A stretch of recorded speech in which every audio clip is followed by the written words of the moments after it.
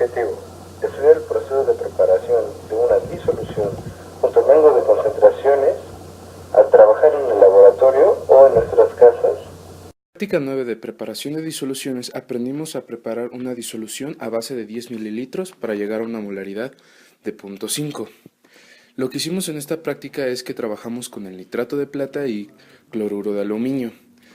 Tomando en cuenta que en el frasco donde está contenido el cloruro de aluminio da una indicación donde dice que está hexahidratado, o sea, tiene 6 moléculas de agua más de lo normal. Entonces, a base de esa información se tiene que tomar un nuevo peso molecular y sacar la cantidad de gramos que se necesitan para preparar la disolución.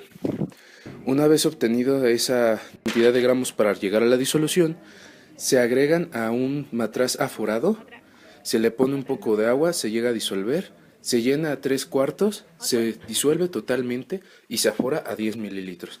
Se repite este proceso con ambos compuestos para lograr la disolución de los 0.5 molaridad en 10 mililitros. La molaridad está basada en la cantidad de moles distribuidas en un litro de soluto o depende de la cantidad que se está manejando en la situación. Este va directamente proporcional al volumen de esta, como ya se mencionó. Mientras tanto, la molalidad va directamente proporcionada al peso en total del solvente donde está el soluto, puesto este está relacionado más a la temperatura y a la presión. Una práctica muy interesante en cuanto a disoluciones. Vimos cómo se hacen disoluciones de manera experimental mediante materiales aforados, cómo es su proceso, 2/3 de agua, colocamos nuestra disolución ya previamente calculada y aforamos después. En esta práctica nos pudimos dar cuenta de la importancia que tiene conocer qué tanto de alguna sustancia estamos diluyendo. Si no hubiéramos conocido las molaridades de los distintos compuestos con los que trabajamos hoy, no hubiéramos podido obtener las reacciones que obtuvimos. Es por eso que es tan importante que conozcamos no solo la molaridad, sino también la molaridad y las diferentes formas que hay de medir este tipo de compuestos y el contenido que tienen dentro de una disolución.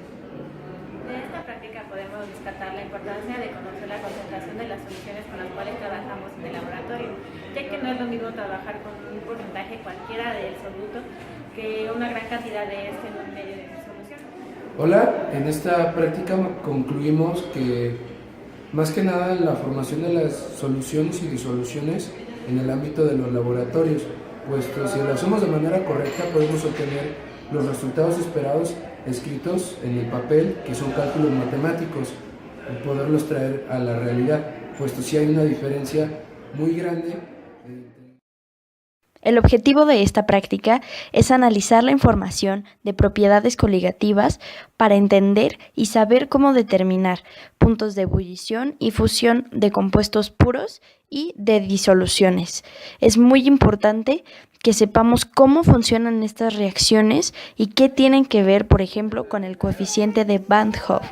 Hay algunas propiedades de las disoluciones que tienen que ver, por ejemplo, con el color, con la cantidad de disolvente, con la viscosidad. Las propiedades coligativas no guardan relación con el tamaño ni con ninguna otra propiedad del soluto, sino que solo dependen de la cantidad de partículas del soluto sobre la presión del vapor del disolvente. En la práctica 10 trabajamos dos pequeños experimentos. El primer experimento fue aumentar 2 grados centígrados más al punto de ebullición del agua. Para esto previamente se debe de conocer el punto de ebullición, que se hizo hirviendo 20 mililitros de agua, obteniendo el dato de 92 grados Celsius, que es su punto de ebullición aquí en Toluca. A nivel del mar son 100 grados centígrados. Una vez obtenido ese valor, sabemos perfectamente cuál es el cambio de temperatura que queremos obtener. Con las ecuaciones de cambio de temperatura, tenemos que el pequeño cambio de temperatura es igual a la multiplicación del factor de Van Hoff por la constante del punto de ebullición del fluido por la molalidad de la solución. La molalidad de la solución es número de moles sobre kilogramos de solvente. Lo que ocupamos aquí obtener es la molalidad para llegar a la cantidad de gramos exactos para poder aumentar esos 2 grados centígrados más al punto de ebullición. Teniendo el cambio de temperatura, se divide en él el factor de Van Hoff de 1.8 y la constante de punto de ebullición, que es de 0.52 grados Celsius sobre molalidad. Una vez obtenido el valor de la molalidad, se multiplica por la cantidad de kilogramos de solvente para obtener el número de moles.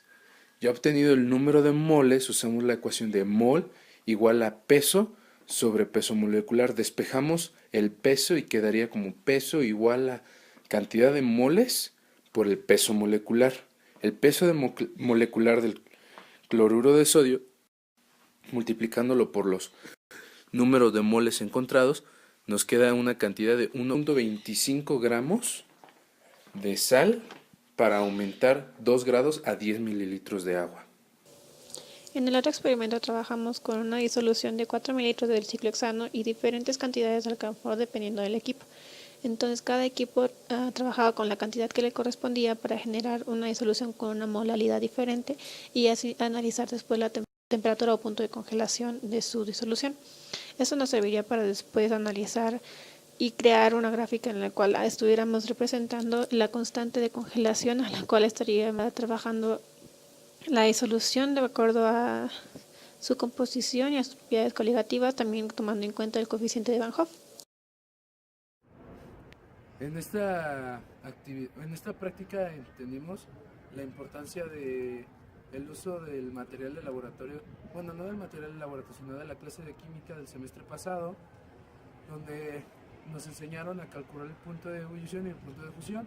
El punto de ebullición lo que puede hacer es que debido a tu zona, en esta zona de Toluca, el agua llega a su punto de ebullición a los 92 grados y para poder aumentarle sus 2 grados más que pidiera la práctica, tuvimos que usar las fórmulas para el punto de ebullición y de esta manera saber perfectamente cuánto agregar exactamente en gramos de sal para elevar 2 grados el punto de ebullición. Esta práctica nos sirvió para repasar sobre las propiedades coligativas de la materia, las cuales no dependen de la naturaleza de sus materiales, sino de la concentración que se haga en soluciones y disoluciones. También pudimos analizar cómo el coeficiente de Van Hoff se relaciona con la electronegatividad del compuesto que se está determinando y que estos datos pueden ser sacados o obtenidos experimentalmente mediante la temperatura de fusión o de ebullición del compuesto analizado. Los experimentos que más me gustó fue cuando tuvimos que cambiar la concentración de solvente que había en una de las disoluciones. Así nos pudimos dar cuenta que aumentando o disminuyendo la cantidad de soluto que hay en una solución, podemos cambiar tanto el punto de fusión como el punto de ebullición. Propiedades coligativas nos enseñó a analizar la teoría. En este caso vimos que al agregar un soluto a una cierta solución, podemos alterar los puntos de ebullición y de fusión. En este caso hicimos la prueba con ciclohexano y agregándole alcanfor para determinar su punto de fusión experimental.